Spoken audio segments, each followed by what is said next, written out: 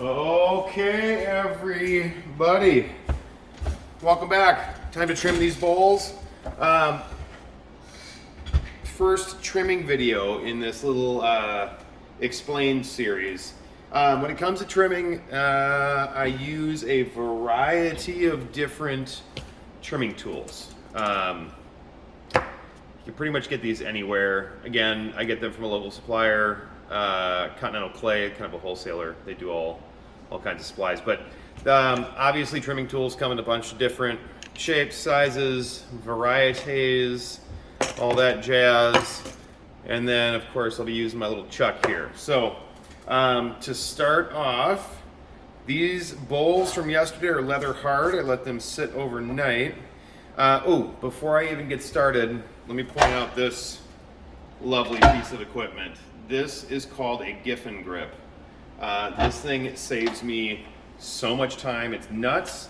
There's two parts, bottom and the top, and then these little feet that when you twist the top, comes and tightens in on a pot and centers it. When I put it on the wheel, I always check to make sure it's not off kilter. It's pretty close. And then putting my leather hard pot into it, pressing the pedal, holding the top, it centers in on each other. Okay, so when it comes to trimming, lately I've been trying to slow down when I trim. The reason being is I like leaving tool marks on the pots. I like leaving tool marks when I'm throwing the pots, and then I try and leave some tool marks as I'm trimming as well. So I just start out by kind of evening out the bottom, and then what I want to do is take this angle and I want to bring it all the way in. So I try and line up the tool parallel to the angle of the bowl, and I'm just coming in a little bit. I want you to notice too how I'm always using two hands, and my hands are always kind of connected in some way, just like that. You might notice too, when I'm trimming, sometimes I'm going to let the trim tool kind of bounce up off the pot. It leaves these, like, what I think are pretty interesting little ridges in there. And again, I'm going for a little asymmetrical, so just trying to, just like that, just trying to mess with the clay a little bit and get loose with it. From here on out, so I just undercut a base here for the foot, and now I'm going to come at it and just take some of this clay off. By the way, when I'm trimming, I'm trying to not specifically stare right at a particular area or anything. I'm really trying to sort of take the focus out of one specific area, and I'm trying to observe the whole pot as a whole. So I'm almost kind of zoning out to an extent. So I've got this foot, the general shape that I wanted, and now I'm going to take some clay out of the middle here. I'm going to do it with this circular trimming tool and hold it a little bit different. I'm just going to dive it down into the clay and then pop up out of it, and hopefully it'll look interesting. We will see what happens. Okay, not bad. I'm also using my fingers here to kind of soften these corners. I want nice soft surfaces to use.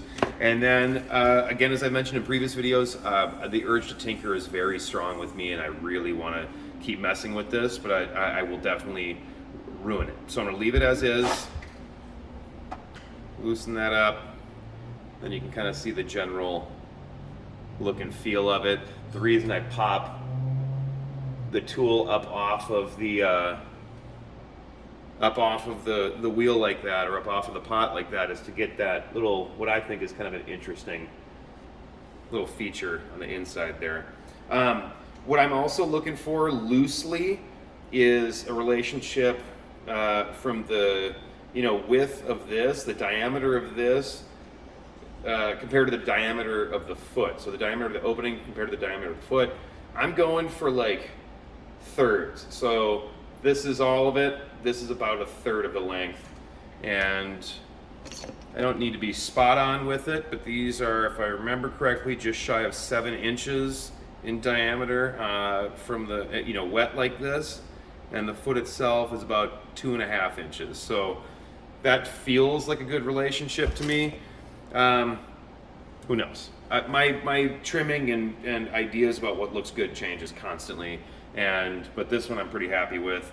And then I take my my maker's mark or my chuck, which is just a little chunk of clay that I kind of tapped out like you were making a handle, carved some randomness in there. I really don't. When people sometimes ask like what does that mean and where does it come from, I don't have the foggiest idea. I was just kind of futzing around, and this was a general shape that I was happy with, and then I bisque fired it.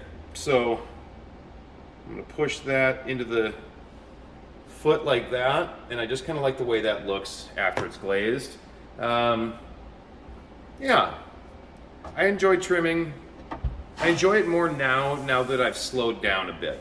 I used to kind of try for the exact same outcome every single time in the past, and I found myself really not looking forward to trimming. There we go. Mainly because it just felt like busy work at that point because I was going for the same thing over and over again. Now that I've slowed down a bit and I'm going for, adding some little subtle tool marks and features to it, it's way more enjoyable for me at this point. So, yeah, again, like these little kicks off the wheel,